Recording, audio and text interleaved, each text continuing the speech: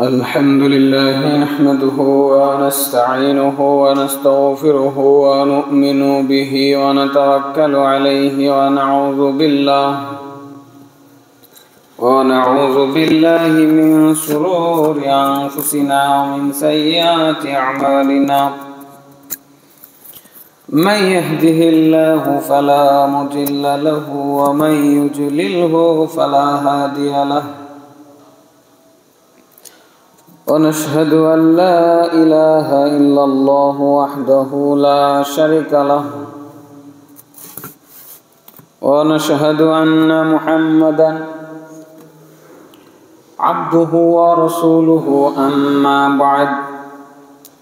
أما بعد فإن خير الحديث كتاب الله، وخير الهدى هدى محمد صلى الله عليه وسلم، وشر الأمور محدثاتها وكل محدثة بدعة وكل بدعة ضلالة وكل ضلالة في النار. فقد قال الله تعالى في كلامه المجيد بعد أعوذ بالله من الشيطان الرجيم: يا أيها الذين آمنوا اتقوا الله حق تقاته ولا تموتن إلا وأنتم مسلمون. يا أيها الناس اتقوا ربكم الذي خلقكم من نفس واحدة وخلق منها زوجها وبث منهما رجالا كثيرا ونساء.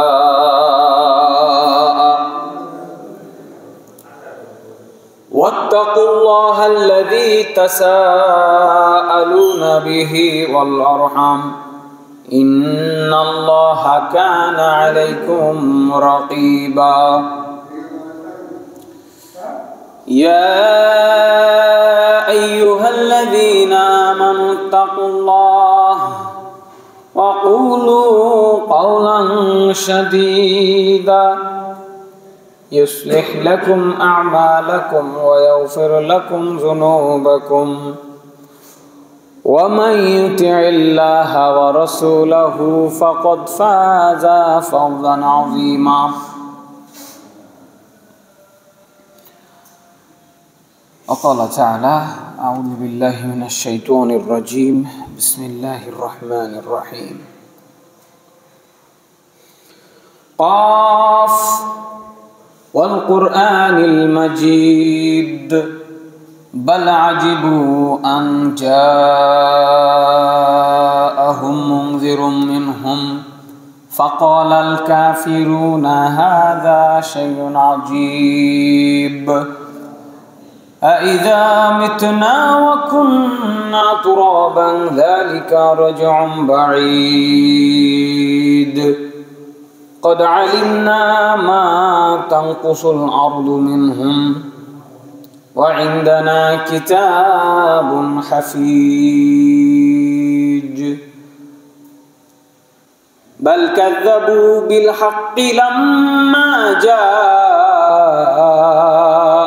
فهم في أمر مريج. أفلم ينظروا إلى السماء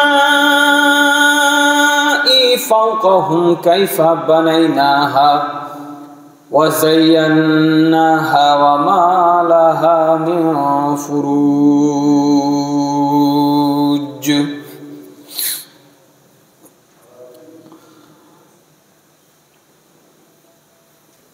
والأرض مددناها وألقينا فيها رواسي وأنبطنا فيها من كل زوج بهيج. تبصرة وذكرى لكل عبد منيب ونزلنا من السماء ماء مباركا فأنبتنا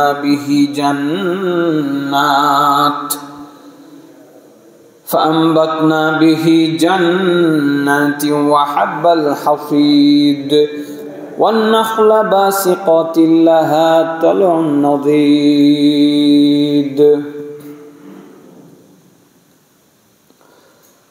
وقال سبحانه وتعالى قل إن كان آباؤكم وأبناؤكم وإخوانكم وأزواجكم وعشيرتكم وأموال اقترفتموها وتجارة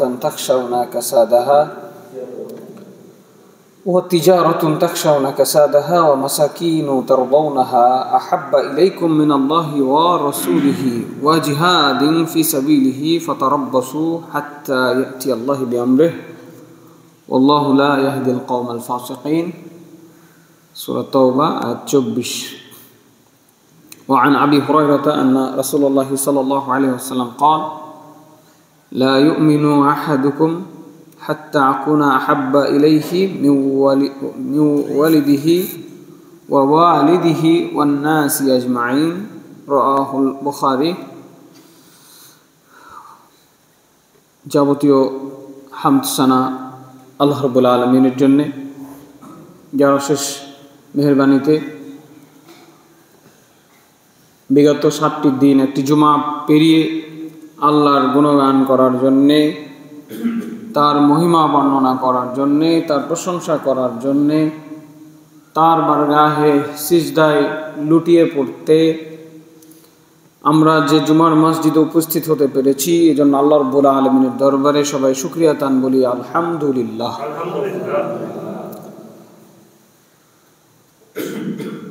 লাখো কোটি দরুদ শান্তির ধারা বর্ষিত হোক আমাদের শেষ নবী, প্রিয় নবী, আখিরি নবী, নবী মুহাম্মদ সাল্লাল্লাহু আলাইহি ওয়াসাল্লামের উপরে,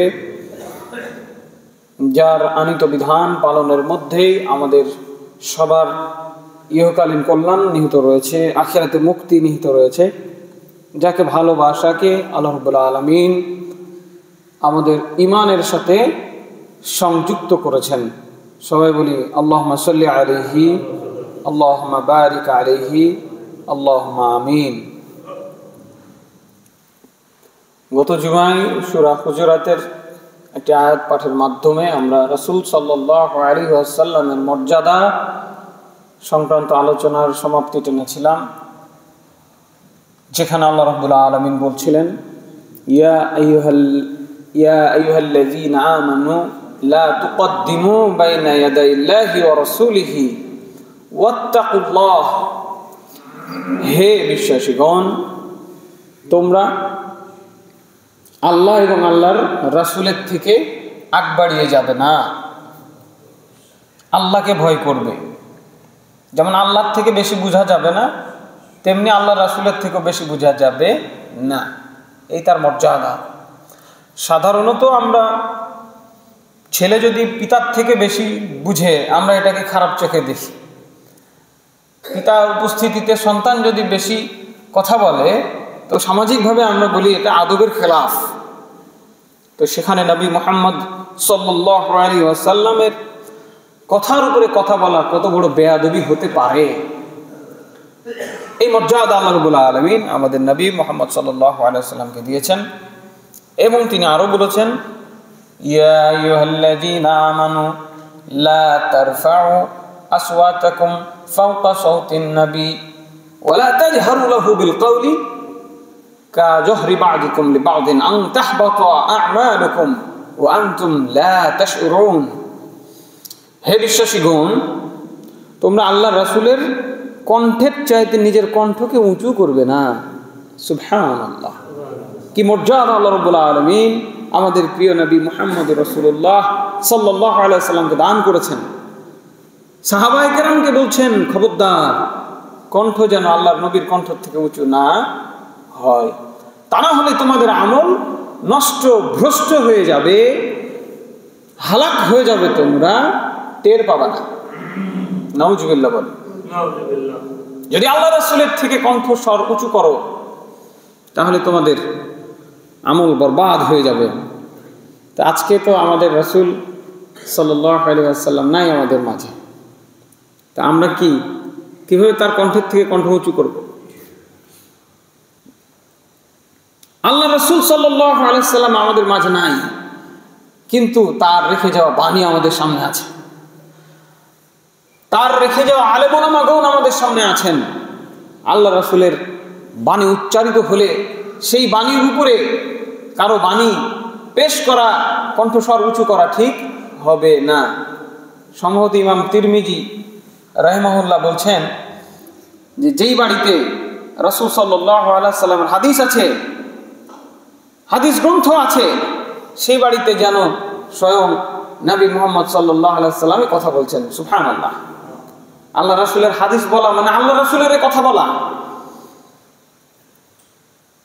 সাধারণভাবে আপনি যদি কাউকে একটা বার্তা দিয়ে পাঠান যে যাও গিয়ে বলো যে আমি বলেছি এই কথাটা এই কাজটা করতে বলেছি, চেয়ারম্যান সাহেব বলে পাঠালেন, যাও বলো চেয়ারম্যান সাহেব বলে পাঠিয়েছেন।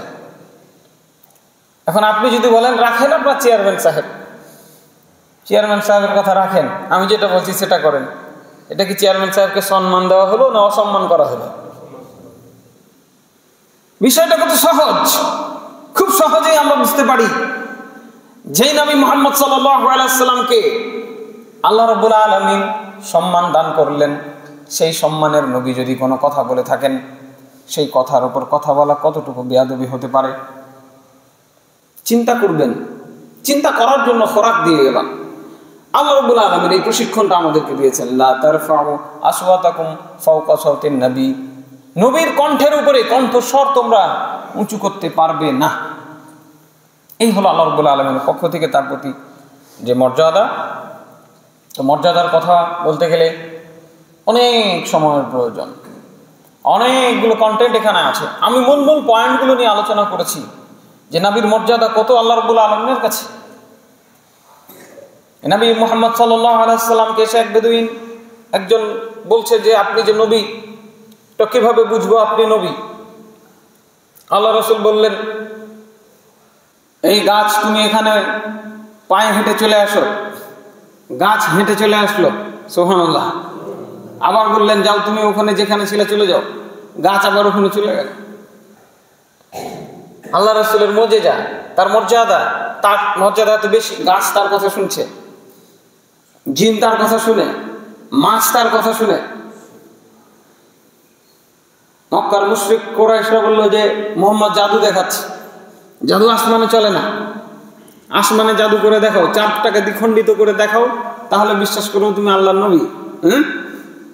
ইকতারাবাতিস সাআতু ওয়া শাক্কাল কমর, কিয়ামত সন্নিকটে চলে এসেছে, চাঁদ দ্বিখণ্ডিত হয়ে গেছে। আল্লাহু আকবার। আল্লাহ রাসূল সাল্লাল্লাহু আলাইহি ওয়াসাল্লাম আঙুল দিয়ে ইশারা করার সাথে সাথে চাঁদ দ্বিখণ্ডিত হয়ে গেল। সুবহানাল্লাহ। এই মুজিজা, এই সম্মান, এই মর্যাদা আল্লাহ রাব্বুল আলামিন তাকে দিয়েছেন। কোরআনের মধ্যে সূরা কমরের মধ্যে প্রথমে আছে 1-2 নম্বর আয়াত, খুলে দেখে নেন। এ ছিল তার প্রতি আল্লাহর দেওয়া মর্যাদা। জড় পদার্থের উপরে আল্লাহ রাসূলের ক্ষমতা খাটতো, যে ক্ষমতা আল্লাহ দিয়েছেন। কিন্তু এই মুজিজাগুলোকে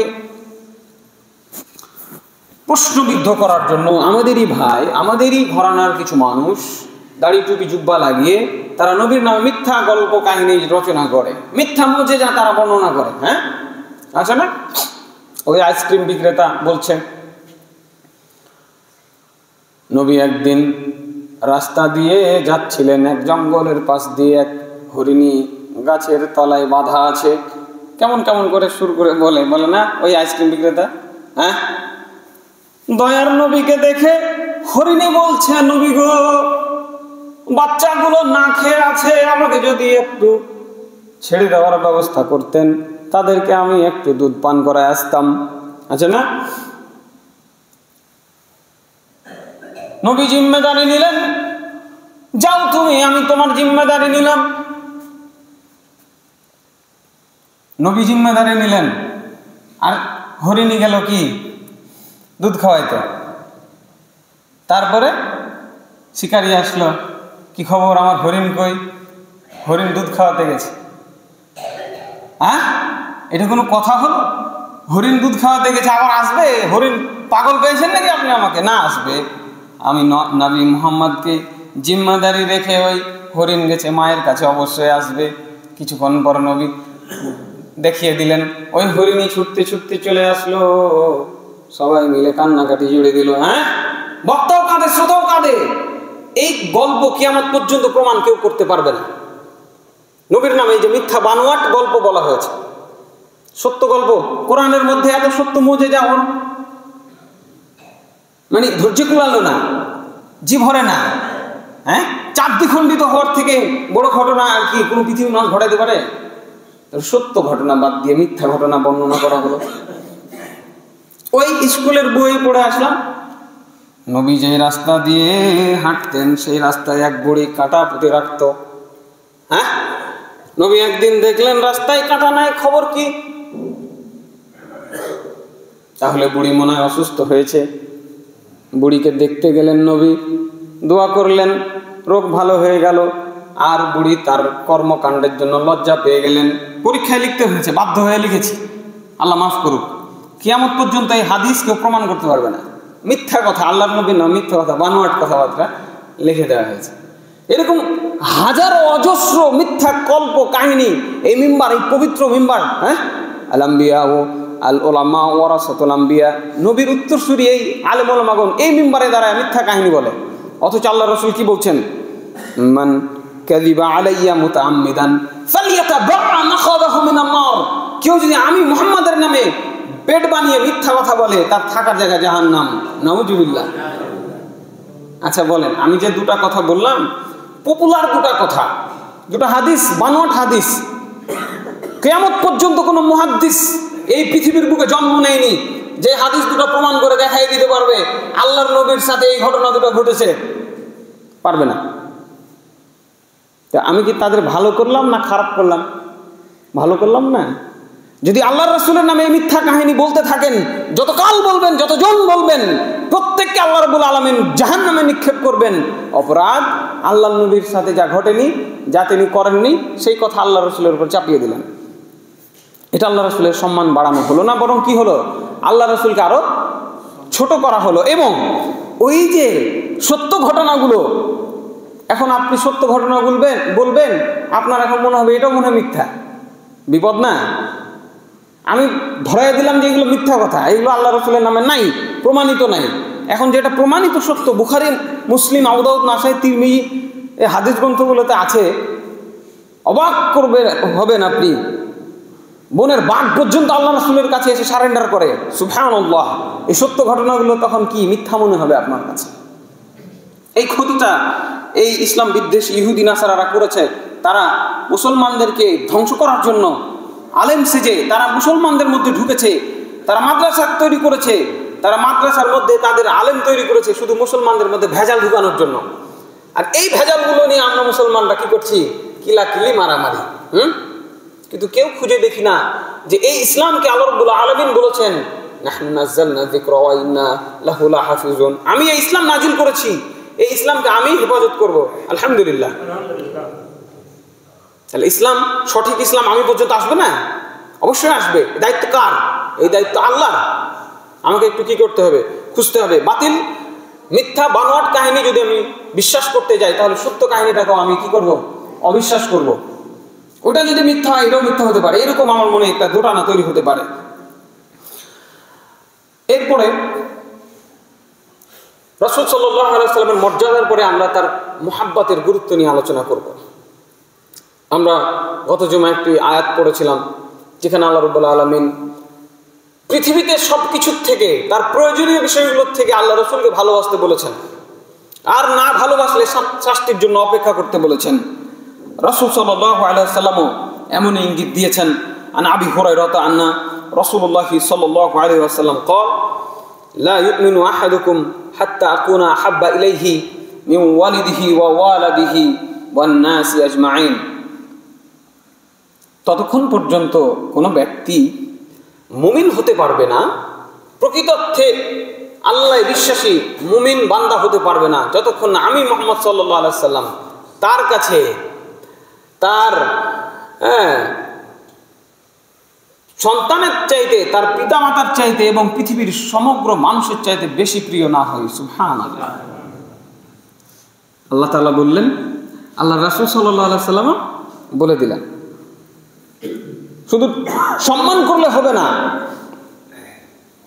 শুধু মর্যাদার গল্প বর্ণনা করলে হবে না, শুনে সুবহানাল্লাহ আলহামদুলিল্লাহ বললে হবে না, নিজের সন্তানের থেকে, নিজের পিতামাতার থেকে সমগ্র বিশ্বের যত মানুষ আছে সবার থেকে বেশি ভালোবাসতে হবে আল্লাহ রাসূল সাল্লাল্লাহু আলাইহি ওয়াসাল্লামকে।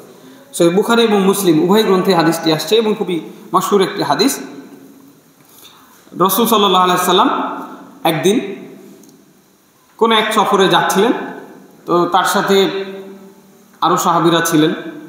তার মধ্যে একজন সাহাবী গল্পটা করছেন যে আমরা রাসূল সাল্লাল্লাহু আলাইহি ওয়াসাল্লামের সাথে ছিলাম, তো ওমর রাদিয়াল্লাহু আনহুর হাত ধরে আল্লাহ রাসূল হাঁটছেন। এমন অবস্থায় ওমর রাদিয়াল্লাহু আনহু বলছেন, ইয়া রাসূলুল্লাহ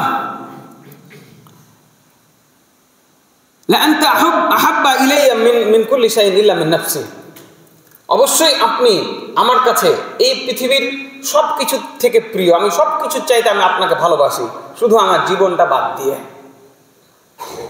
সত্য কথা বলেছেন, কিন্তু আপনাকে জিজ্ঞাসা করলে আপনি কিন্তু চট করে বসবেন না আমার জীবনের থেকে বেশি আল্লাহ নবীকে ভালোবাসি। না, জীবনের থেকে আপনি আল্লাহ রাসূলকে ভালোবাসতে পারেন নাই, ওমর পারেন নাই। ওমর রাদিয়াল্লাহু আনহু সত্য কথা বলেছেন, মনের কথাটা বলে দিয়েছেন, ইয়া রাসূলুল্লাহ সব কিছুর থেকে আপনাকে ভালোবাসি, শুধু জীবনটা বাদ দিয়ে। নিজের জীবনকে মানুষ বেশি ভালোবাসে না? কি বলি আমরা, জান বাঁচা ফরজ, আছে না নাই? চাচা আপন প্রাণ বাঁচা, আছে না নাই? চাচা আপন প্রাণ বাঁচা, কুফরি শিক্ষা এগুলা আপন প্রাণ ঢেলে দিয়ে ইসলামের জন্য জীবন দিতে হবে, জিহাদ করতে হবে আল্লাহর রাস্তায়, প্রাণ বিসর্জন দিতে হবে। এই শিক্ষা হচ্ছে নববী শিক্ষা, কোরআনের শিক্ষা। আর আমাদের সামাজিক শিক্ষা কি?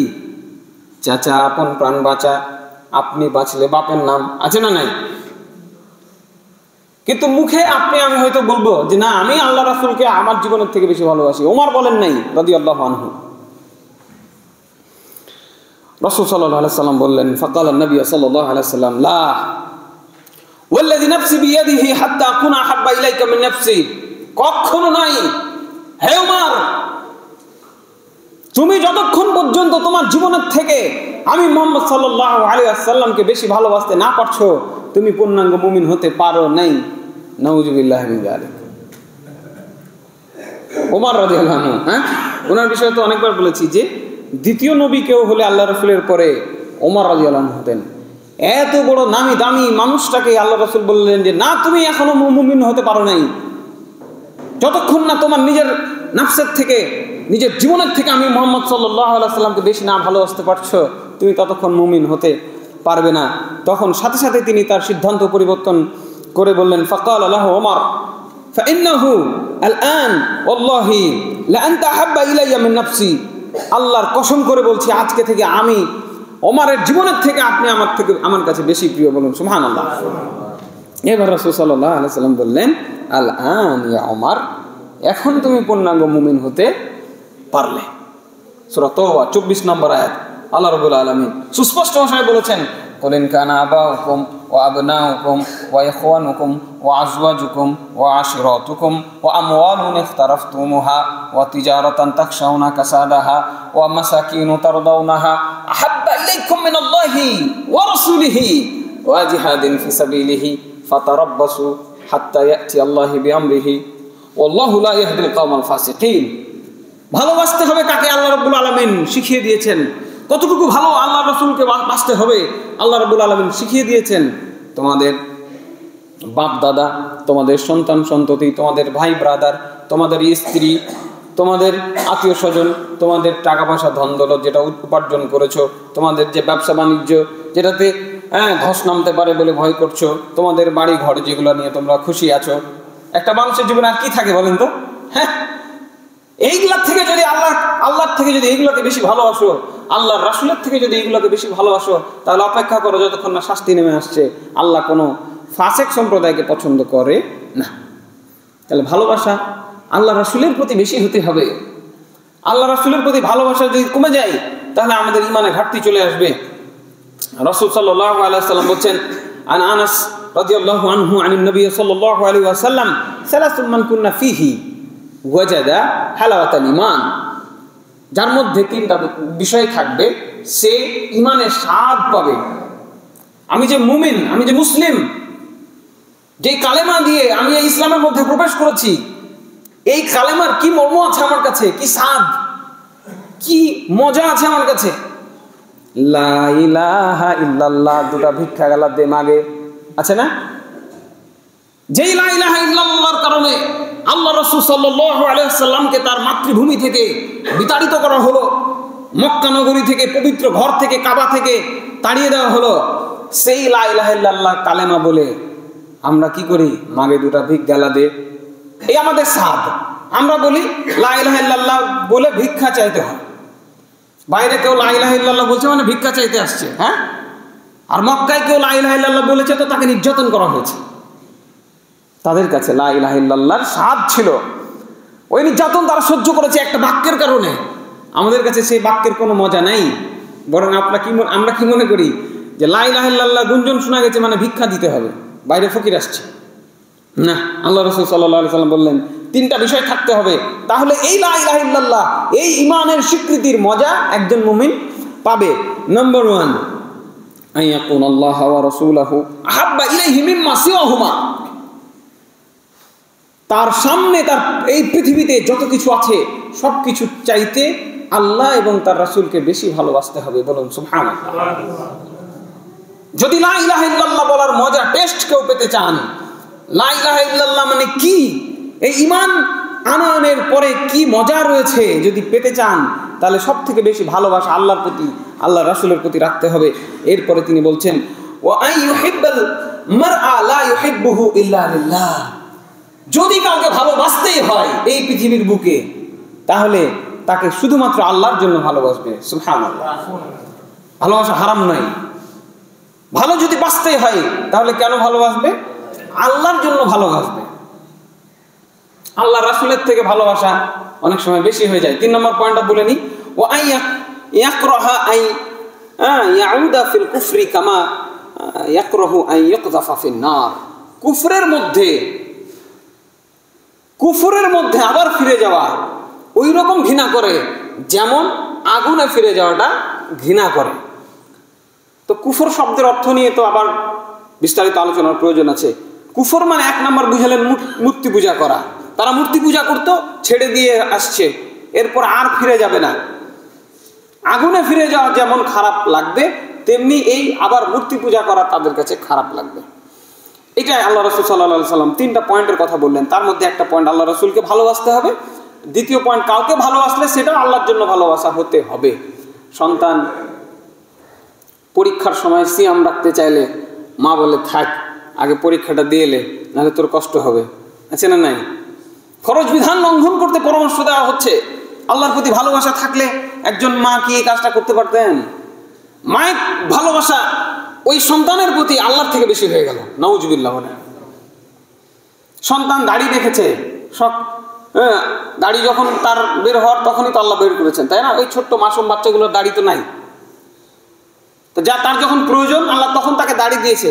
মা বলছে আর একটু বড় হয় তারপর রাখিস, আছে না নাই? তো দাড়ি রাখা তো অনেকে সুন্নাত বলেন, অনেকে ওয়াজিব বলেন। আমি ওয়াজিবের পক্ষে, রাখতেই হবে, না রাখলে গুনাহ হবে, এই পক্ষের মানুষ। তারপরও আজকে যেহেতু দাড়ির বিষয়ে ওয়াজ করছি না, এটা যে সুন্নাহ যদিও হয়, এই সুন্নাহ আল্লাহ রাসূলের সুন্নাহ পালন করতে চায় আপনার সন্তান। হে মা, হে বোন, সেই সন্তানকে আপনি বলছেন আর একটু বড় হও বাবা, তারপরে দাড়ি রাখিস, নাহলে ভালো বহু পাবি না, আছে না নাই? হ্যাঁ, ভালো বহু পাবে না। তো যেই মেয়ে দাড়িওয়ালা মানুষকে বিয়ে করে না, সে ভালো হতে পারে কিভাবে? বরং দাড়ি রাখলেই তুমি ভালো বউ পাবে। তো ভালোবাসা আল্লাহ রাসূলের সুন্নাত বাদ দিয়ে মায়ের ভালোবাসা সন্তানের প্রতি কিভাবে হতে পারে? আল্লাহ রাসূল বললেন কাউকে ভালোবাসতে হলে সেটা আল্লাহর জন্য ভালোবাসা হতে হবে। আল্লাহ রাসূলকে ডিঙিয়ে আপনি ভালোবাসলেন, তাহলে কি এটা হলো? ওই মাকে আমি বলতে চাই, আপনি আজকে কি লিখিত দিতে পারবেন যে আপনার সন্তান বড় হয়ে গাড়ি রাখবে, একটা দিনের জন্য আপনি তার হায়াত লিখে দিতে পারবেন? তাকে যে এই নববী আদর্শকে কুরবানি করার জন্য আপনি তাকে বাধ্য করলেন। অনেক স্ত্রীও রয়েছেন যারা স্বামীদের দাড়ি রাখা নিয়ে বিরক্ত হন, ঈমান থাকবে না। হে বোন আমার, ঈমান থাকবে না, আল্লাহর কাছে ঈমান নিয়ে হাজির হতে পারবেন না। কাজে ভালোবাসা হতে হবে আল্লাহ রাসূলের প্রতি সব কিছুর থেকে বেশি। আল্লাহ রাব্বুল আলামিন আমাদেরকে সূরা আহজাবের 6 নম্বর আয়াতে বলছেন রাসূলের মর্যাদা, রাসূলকে ভালোবাসা কতটা গুরুত্ব দেওয়া দরকার। তিনি বলছেন আন-নবী আউলা বিল মুমিনিনা মিন আনফুসিহিম ওয়া আজওয়াজুহুম উম্মাহাতুহুম। প্রত্যেকটা মুসলমানের উচিত নবীকে বেশি প্রাধান্য দেওয়া। সুবহানাল্লাহ, কোরআনের আয়াত বলছি, নবীকে বেশি প্রাধান্য দিতে হবে, নবীর সুন্নাতকে বেশি প্রাধান্য দিতে হবে, নবীর আদর্শকে বেশি প্রাধান্য দিতে হবে।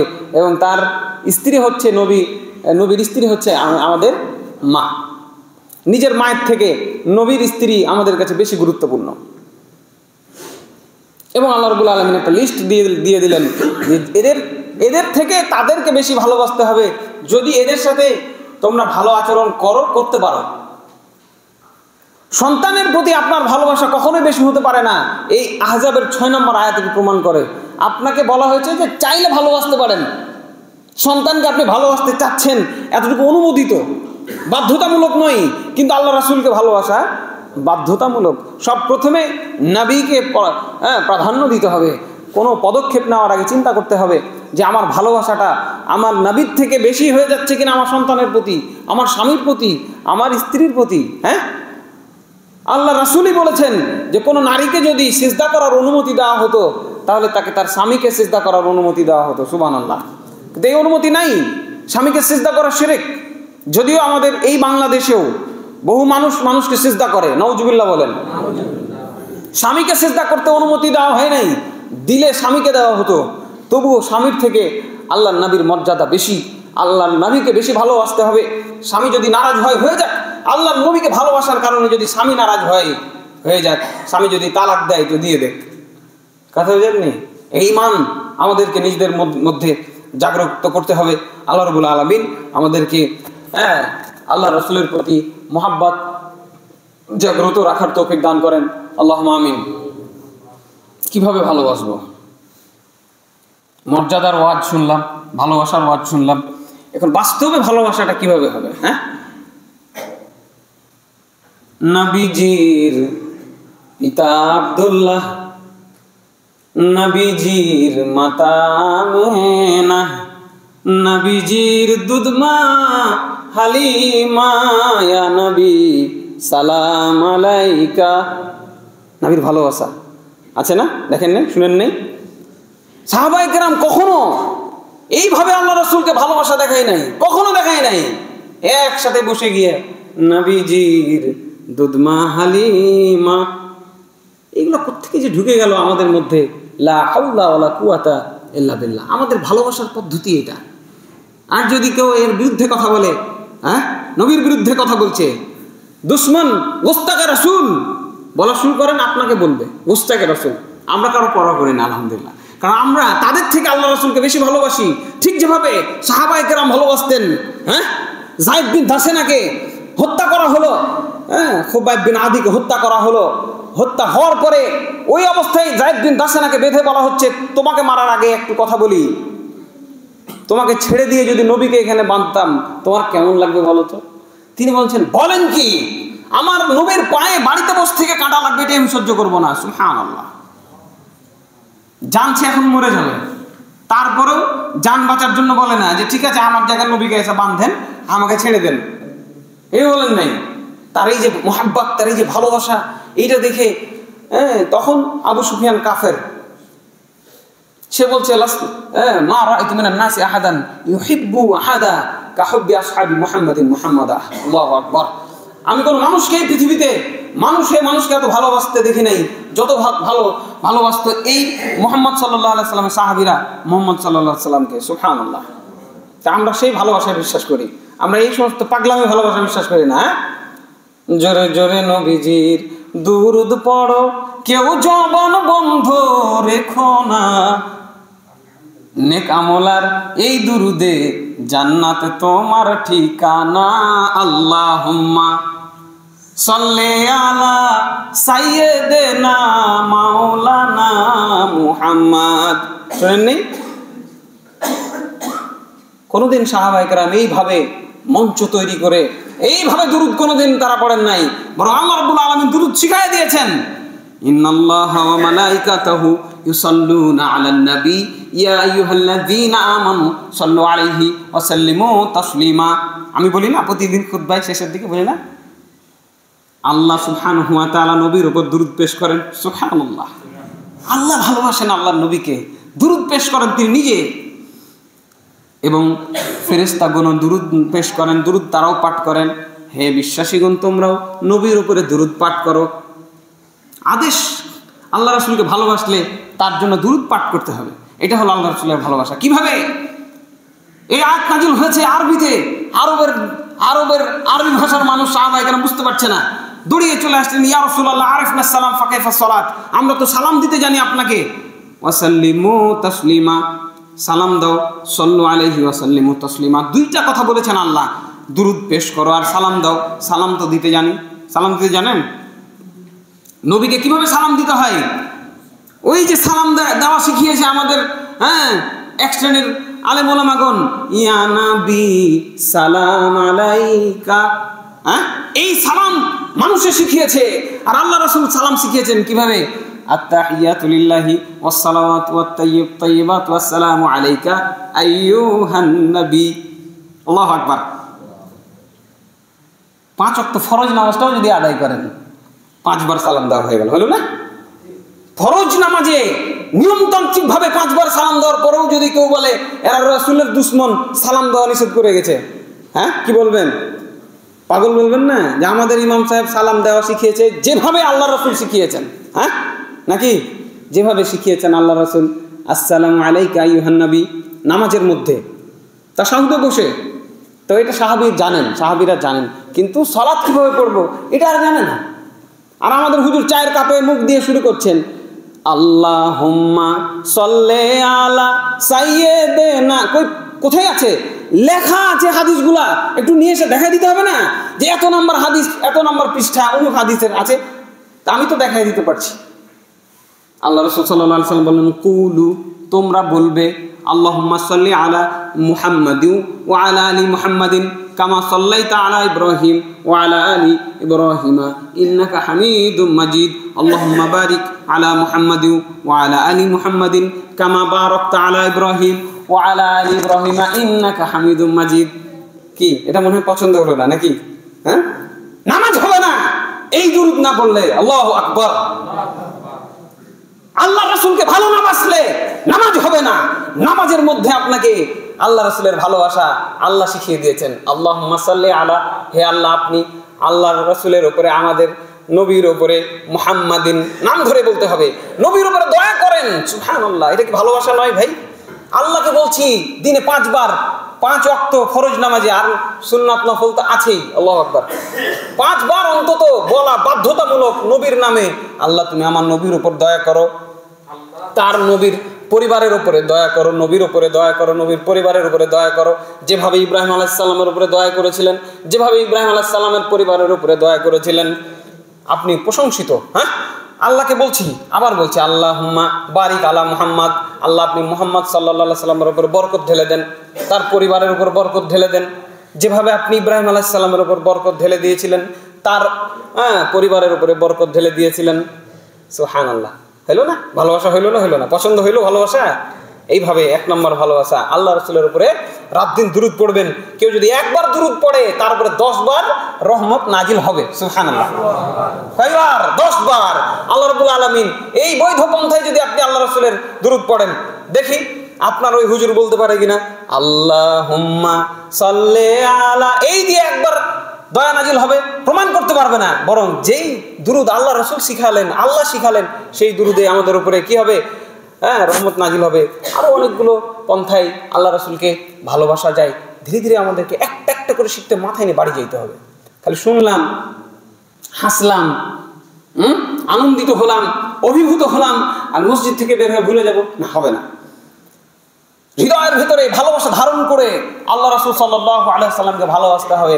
দিনে রাতে 5 বার অন্তত ফরজ সালাতে আল্লাহ রাসূলের উপরে দুরূদ পাঠ করতে হবে, বুঝে বুঝে। আল্লাহ রাসূলকে ভালোবাসার এই একটি মাধ্যম। দ্বিতীয় মাধ্যম হচ্ছে আল্লাহ রাসূলের কথা মতো চলতে হবে।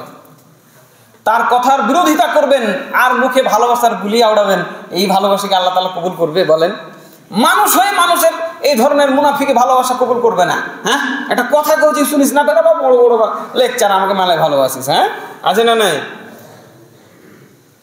মৌখিক ভালোবাসা দেখিয়েছিল এই দেশের স্বৈর শাসকের প্রতি দেশের জনগণ, মৌখিক ভালোবাসা। শাসক যখন বিপদে, জনগণ তখন কোথায়?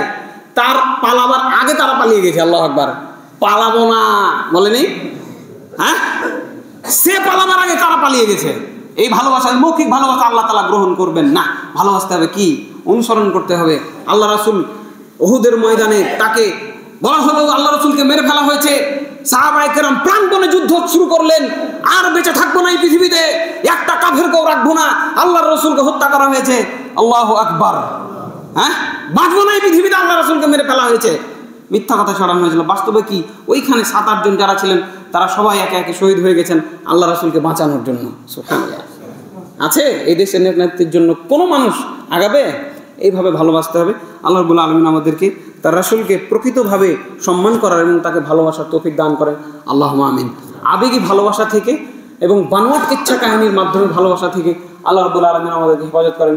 আল্লাহুম্মা আমিন। ওয়া আকুলু কওলি হাযা ওয়া আস্তাগফিরুল্লাহ লি ওয়া লাকুম ওয়া লিসাইরিল মুসলিমিন ফাস্তাগফিরুহু ইন্নাহু হুয়াল গফুরুর রাহিম।